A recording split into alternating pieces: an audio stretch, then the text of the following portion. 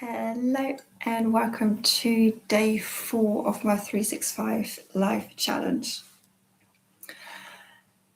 And when I sat down this morning just to drop in what needed to be dropped in, what immediately came through is a whole conversation, discussion about working with your own cycle, the importance around it, how you can find it, etc., etc. And then that was in my morning set. And then the day started happening and everything. And I noticed that I started to spiral. And I'm just like, oh, I don't know if I should, talk about this, our cycles, how we can make it work better, especially as mums. And that was just all of a sudden, just self-doubt, comparison, like loads of things pouring in. And then I think mid-afternoon, mid-morning, I sort of stopped and just hang on a minute. Look through I do a kind of diary kind of thing every evening where I sort of track a lot of things. I was like, of course, I do this every single month at exactly around this time. I was like, and it's so funny that I wanted to not have this conversation tonight when it's actually so important and it's just so apt for today for me. So we're going to have a conversation about working with your cycle, working with your own rhythm. If I'm just going to go on the assumption that you know the different cycles, the different seasons or stages of the cycle, and what's generally you're meant to, not necessarily meant to, but what's generally said how you're feeling energy wise. So there's obviously you're in the winter, which is your menstruation, when you just go inward and just slow down, rest essentially. Then you've got your inner spring, where then the energy rises, your summer, when it's energy peaks, which is ovulation, and then your autumn, which is your luteal phase, which is when the energy declines, going into your rest period, in the winter. That, in its short, is the cycle with the different energies. It's said to be that's how it essentially works, or what it's meant to be. And I say meant to be because one of the things that I do with my clients, and which is why I work with them over a 6-month period, is I get them to start tracking things. So the day of the cycle, if they had any symptoms, how they're feeling energetically, their mood, if anything physical has shown up, anything and everything essentially. Because after a while, you start seeing a pattern. And even if you don't see it, I will see it. I can guarantee you that. I pick up patterns just like that. Which is why today, when I sort of went into my little spiral, where I was just like, no, I don't know enough. It's almost like this, oh, I don't know enough. I'm just like, BS, because I know enough. I know it. I'm living it. How more can I know, right? So, and that's when I was just like, hang on, because I know that for me, I doubt myself over the course of the month, or my cycle is now a month. And so I literally look back, I was like, so what is happening on day 13, roughly? It's like, oh yeah, okay, so, which sounds like, okay, fine, I'm just going to put this spiral away. It's gone. And I'm just going to stick with what dropped into me this morning, and I trust that. And this whole spiral is just proving my point today. And when I said in the beginning of this, the energies, that's almost like it's meant to be. And this is why, for me, it's so important to track my own cycle, but also for my why I ask my clients to track their cycle, because like at the moment I'm in ovulation period still, or the ovulation part of my cycle. And according to all of the books, absolutely everything, my energy should be absolutely high. It's not. I have a tendency, especially like a day or so after ovulation, to spiral, which is what happened today. And it's without like these little, I mean, that's to be fair, that's not so little, but without those things, without me knowing that and tracking that, I know I would be sitting here just like questioning absolutely everything. Why am I like this? Why is my business like this? Why can I not be the mum, blah, blah, blah, blah, wife, blah, blah, blah, life, whatever. Whereas now I know, yep, that's just my spiral day. That's fine. I'll snap myself back into my sort of normal, whatever my normal is. And then I'm sort of, it pulls me back into the way that I really feel. But my point is, like, you don't know, you don't get to see this pattern or get to learn these patterns because you don't remember. Unless you have like a, what's it called, photogenic? No. I don't actually know what's called in English. It's in German, it's photographisches memory. You will not, you just won't, because I get certain points in my, not every single cycle, but at certain points in my cycle, I get migraines. And I know that, and I know it's from a cycle. And I know that, but for the love of God, I have no idea what it is. Which is why it's so important to write these or to note these things down in some way, shape, or form.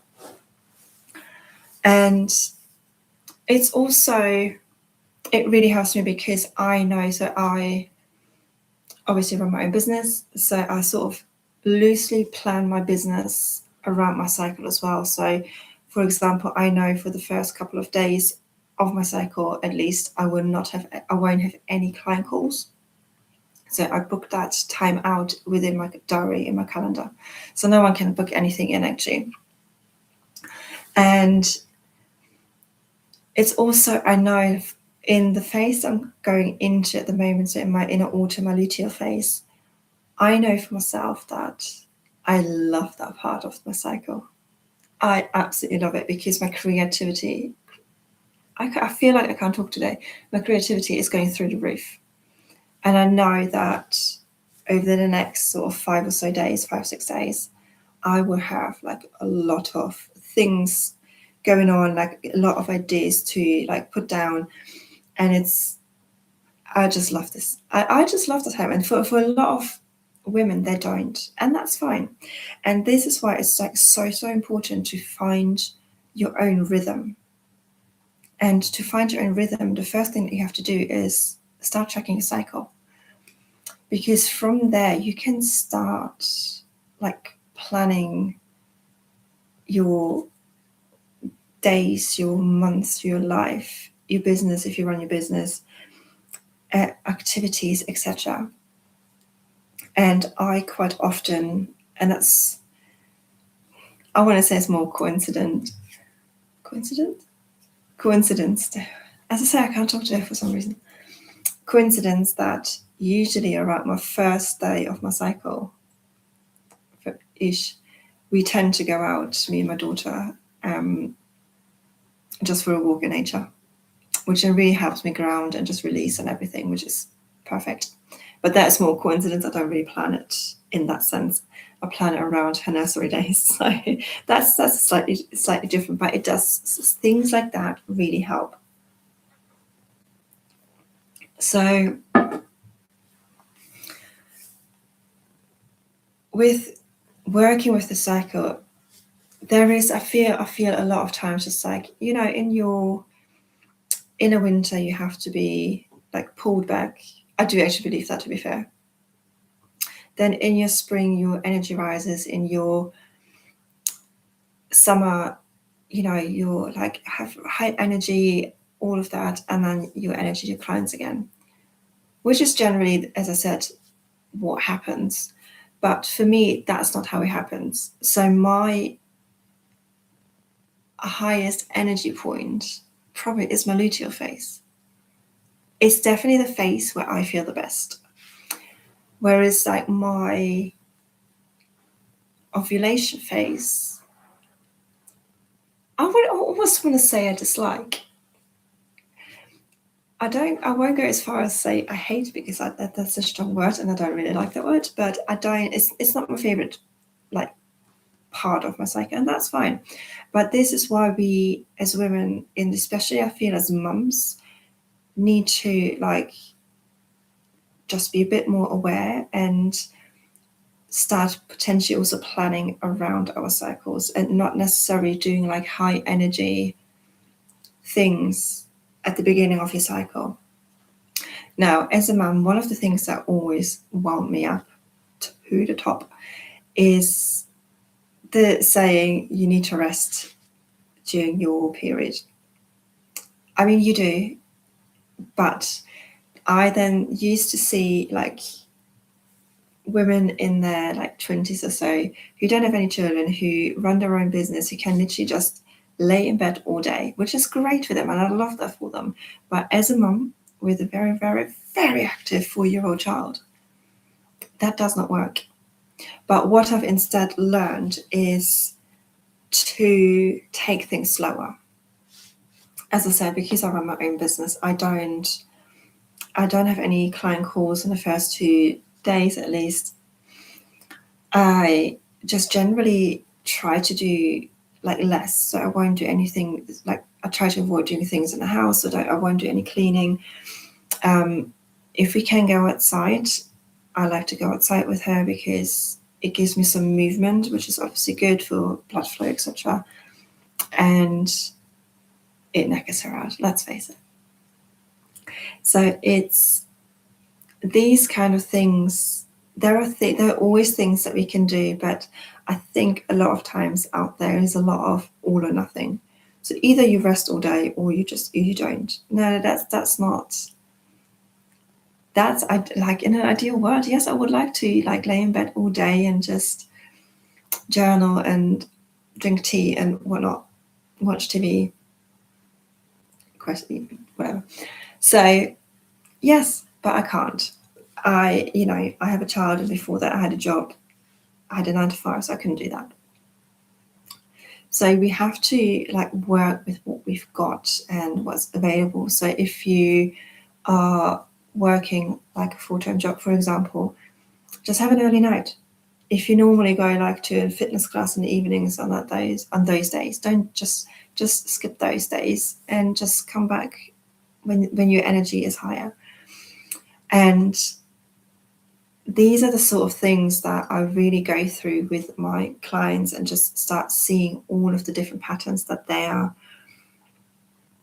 experiencing. And also it's for them to like tap into what part of their cycle they really like. And sometimes it's pretty much all of it, which is fine.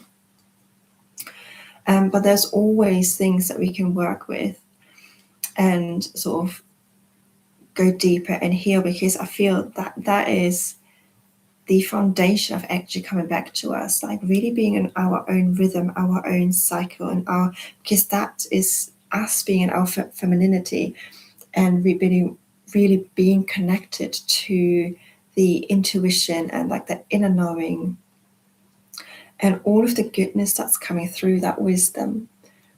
And that really, all of this starts with just being connected to ourselves and our cycles and to our own rhythms, what works for us. Because that is how we create the life that we like really want. We just work out what works for us. Like the same as what we've worked out what works for our children, right? Now we have a very, what we call, headstrong daughter. She knows what she wants. And over the course of the last 4 years, I've learned to trust that. Obviously, we'll keep her safe because she obviously is 4 years old and she has got stupid ideas. But it's things like we don't force her to eat 3 meals a day as much as I want to, because it's been so drilled into me. She doesn't. And that sounds bad because it sounds like she's not eating. She is. She's eating more than enough, believe me. But she doesn't have like 3 meals like we do. And from the beginning on, I trusted like her cues, her like feeding cues. And she still now does that, where she's just like, no, I'm full to the top. And I'm just like, sure, you've not really actually eaten, but that's fine. I trust that. It's, again, me not trying to override her own rhythm, her own, I guess, inner cycle that she's a woman. We all grow up with inner cycles. Obviously, she's not got the hormones at this moment in time. But it's all about just like really being connected to ourselves, and that starts with us. And when it's funny because whenever I talk to people about like, you know, the cycle, your own rhythms and all of that, and just like, what has that got to do with like connecting to myself? I was like, absolutely everything. And this is essentially sort of the foundation that I work with my clients.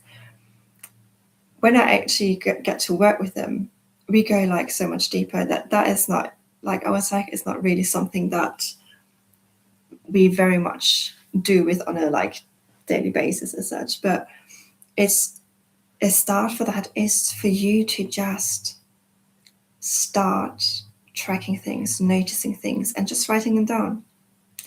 Because from there, that builds the base. And as I said, this is one of the reasons why I work with my clients for 6 months. The other reason is with the work that we do with work like healing the womb and doing all of these journeys, it also heals your cycle.